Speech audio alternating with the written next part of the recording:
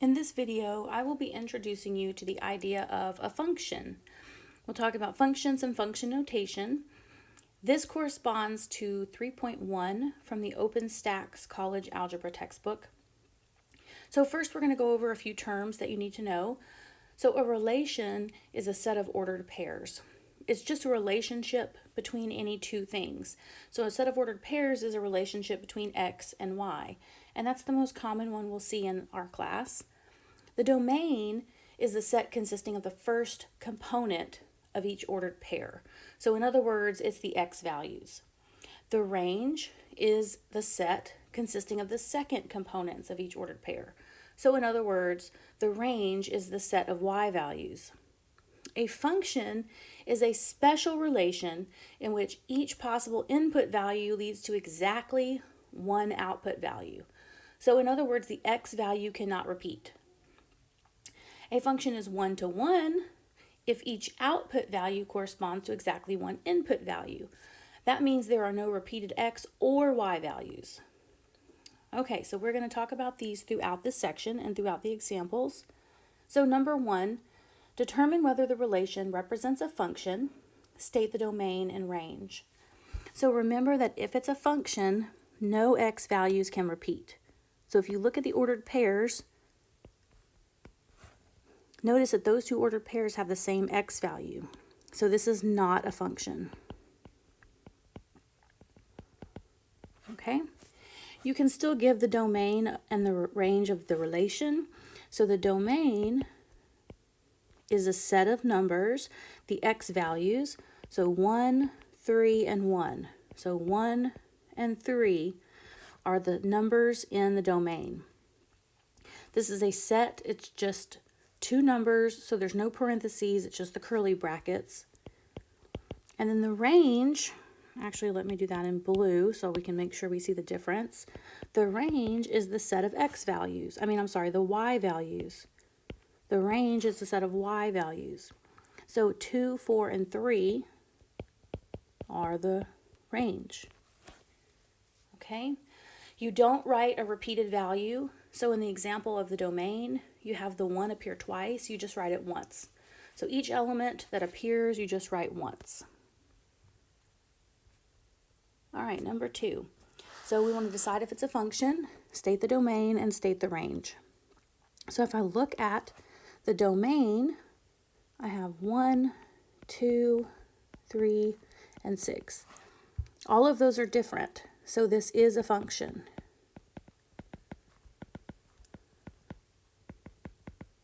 Okay, so now I'm going to list my domain. I have 1, 2, 3, 6. All right, now I'm going to find my range, 5, 6, 5, 5. For a function, it doesn't matter if your range repeats. So it's still a function. So 5 and 6 are the only two different values that appear in the y values. So this would not be one-to-one because the y values repeat, but it is still a function. All right, number 3. We want to know, is it a function? So my x values are 5, 10, and 15. Those are all different. So yes, this is a function. All right, domain, I just said was 5, 10, and 15. All right, the range, the set of y values, is 3, 8, and then another 8. So 3 and 8. Okay. Here's another one with a chart. So we have a set of x values and a set of y values. You can see that all of the x's repeat here. So this is not a function. The domain is just 11. That's the only value we see. The range is 3, 4, 5. All right. Function notation. If a function has variables x and y, and the function is solved for y, you can replace the y with f of x in order to write it in function notation. So this first one, number 5, is y equals 2x minus 5. All they're doing here is replacing the y with f of x. The reason that's helpful is because, number one, if it's in that form, then you don't even have to think, you know it's a function, because it can't be in function notation if it's not a function. So it's telling you it's a function. Number two, you can easily substitute a number in and get a function value, which is what we're going to do in this example. And number three, it's telling you the variable you're going to see within the expression following. So it clearly tells you that the variable is x. All right, so to find function values, all you're going to do is substitute whatever is in the parentheses for the variable given in the original equation. So originally it was f of x equals 2x plus 5. So you can see here we have an x here, and that's the variable here. Well, now instead of having an x, we have a 1. So where we had an x before, we want to put a 1 now. So this will be 2 times 1 minus 5. And then our job is just to simplify. So 2 times 1 is 2. 2 minus 5 is negative 3. So the function value f of 1 is equal to negative 3. That is your answer. Please note that this is also associated with an ordered pair. So the x value was 1, and what we found is the y value. That's negative 3. So this is also an ordered pair. You might need that information to do things further in the course. So I just wanted to point that out. Okay, part B, we want to find f of a. So f of a just means we're going to plug in a where we see an x. Get in the habit of putting parentheses around what you substitute in. That makes it clear what operation you're using, and it also helps identify your negatives and what kind of signs you're going to have. So 2 times a is just 2a minus 5. Those are not like terms. That's as far as you can go. So this is your answer. Notice that when you plug in a number, you're usually going to get a number as your answer. When you plug in a variable, you will usually get a variable or an expression at the end. It won't be just a number because you're plugging in another variable. All right, part C, solve f of x equals 9. So this is different. Now it's saying f of x is equal to 9. So in our original, if f of x is equal to this, and f of x is also equal to this, what you can do to solve is just set them equal to each other. So 2x minus 5 is equal to 9. And now you're just going to solve that. So add 5 to both sides. You get 2x equals 14. Divide by 2. So you get x equals 7. Okay. Notice that this is just going backwards. In part A, we were given the x and we had to find the y. In part C, we're given the y value and we have to find the x value. So it's just going the opposite direction of A.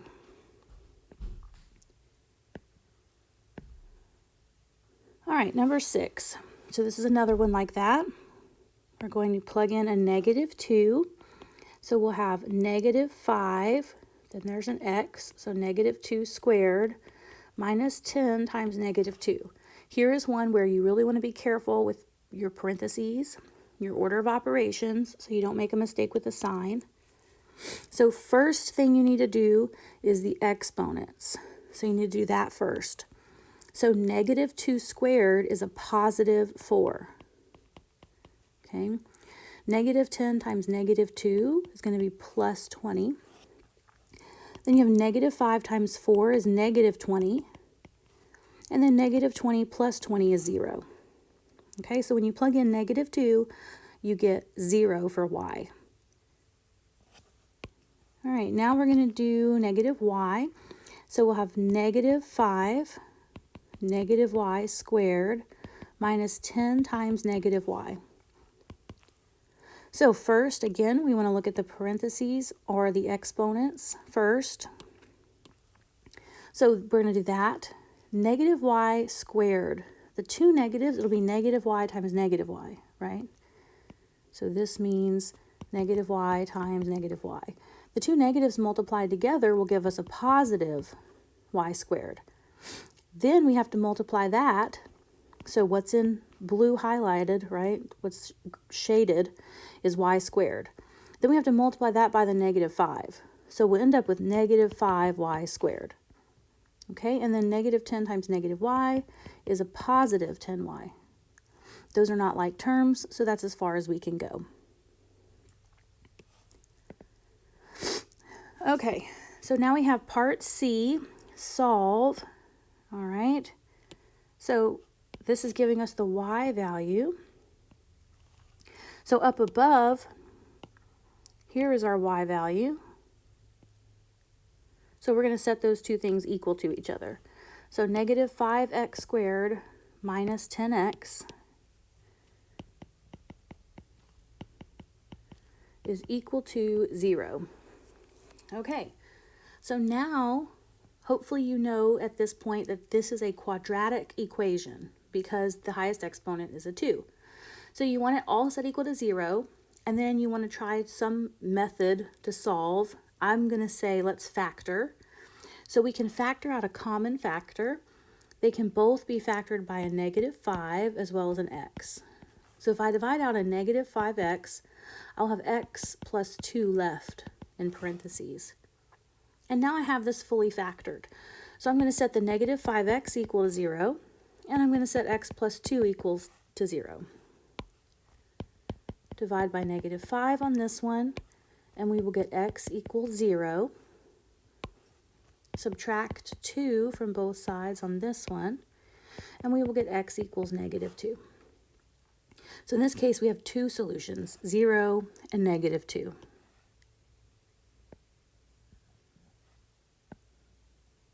All right, so here's another example. This one has a fraction, so I wanted to make sure I did some examples like this. So you still work it the same way. We're going to substitute in 0 everywhere we see an x. So we'll have 6 times 0 over 1. 6 times 0 minus 1 over 2 times 0 plus 4. Okay, so simplifying, 6 times 0 is 0. 2 times 0 is 0. So we're going to end up with negative 1/4. Okay, let's look at the next one. We have negative 2. So we have 6 times negative 2 minus 1 over 2 times negative 2 plus 4. All right, when we simplify there, we will get 6 times negative 2 is negative 12. And then 2 times negative 2 is negative 4. Negative 12 minus 1 is negative 13. And negative 4 plus 4, those are opposites, so we're going to get 0. Remember, we cannot have 0 in the denominator of a fraction. That's not okay. So this is undefined. Okay, anytime you have 0 in the denominator of a fraction, that's going to be undefined. Okay, so now we want to look at a table. So here we have a table of given values. You can see that this is a function. If you look down the x column, you have no repeated x values. And each x value is associated with a y value. So remember, f of x is the same as y, okay? So you have a column of x values and a column of y values. So if we're given, this table, and we want to find 8, 9, 10, and 11. So number 8, evaluate f of 5. So 5, remember, is the x value. So we're going to look in the x column and find 5. And then I'm going to look at the associated y value. The associated y value is 16, so the answer is 16. So you're given the x, you're going to find the y. That's all you're doing here. If I look at number 9, I have f of 0. Again, this is the x value. So I want to go to the x column and find 0.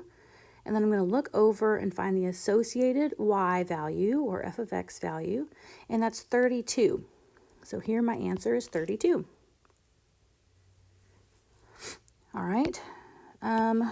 Number 10, f of x equals 0. So now this time they're giving you the y value or the f of x value, and you're going to find the x. So now you need to look in the f of x column, and you want to find the 0 in the f of x column. And then you're going to work back and tell what the x value is. So the x value is 3. Okay. Number 11, you can see that here they're giving you the f of x value or the y value. So you're going to go to the f of x column and find 16, which is here. And you're going to look over and find the associated x value, which is 5. And so your answer for this is x equals 5. So as long as you keep in mind what you're looking for and you know what you're given, this one really isn't too hard. Okay, so next we're going to be looking at graphs. There's a way to easily tell if a graph is a function and if a graph is one-to-one. So we're going to use the vertical line test to determine if a graph is a function. If any vertical line passes through a given graph more than once, it's not a function. And that's because all of the x values are the same on a vertical line. That means the x value would repeat. The horizontal line test is if any horizontal line passes through a given graph more than once, it is not a one-to-one function. All right, so number 12. First question, is this a function? So first of all, let me kind of make this a little smaller so that we can see the questions and the graph at the same time. Okay, so is this a function? To determine if it's a function, you're going to use the vertical line test. So you can draw a vertical line anywhere you want, and as long as it only passes through the graph one time, it is a function. But you have to look at all of your graph. Is there anywhere on here where I can draw a vertical line where it will pass through the graph more than once? And the answer is no. No matter where I draw a vertical line through this graph, it will only pass through one time. So yes, this is a function. Is it a one-to-one function? So one-to-one means you have to use a horizontal line test. So if I draw a horizontal line, does it pass through the graph more than once? So you can see that yes, this passes through 4 times. That's clearly more than once. So no, this is not one-to-one. Okay, so next we're going to evaluate and then solve. So remember what you're looking for. This is the x value. So if we're looking for f of 0, we're going to look for 0 as the x value. And then so here's x is 0. Then we're going to move up to the graph and see what the y value is. So the y value here is 1. So notice this ordered pair would be 0, 1. The x is 0, the y is 1. So the answer here would be 1. So they're giving you the x value and they want the associated y value for the ordered pair that would be on the graph. All right, let's look at part D. So now they're giving you the y value. So you need to go to the y-axis at -3, and then you need to move to the graph to give the x values. But notice that I can move 2 different directions to get to a value that will work, right? That's on the graph. If I move to the left, right, I have a dot right here. The associated x value is -2. So x equals -2 is one answer. But there's another point on the graph that corresponds to a y value of -3, and that's over here at the right. That's at a value of x equals 2. So x equals 2 is another answer to this question. So you have to make sure you give both if there's more than one. Okay. Number 13. We want to know, is it a function? And then is it a one-to-one function? So is it a function? So vertical line test. If I draw it here, it passes through more than once. So no, it's not a function. If it's not a function, it cannot be a one-to-one function. One-to-one function. So you don't even have to check. The answer is no, because it's not a function. So it has to be a function in order to be a one-to-one function. Okay, this one, is it a function? So if I draw a vertical line through, it only passes once.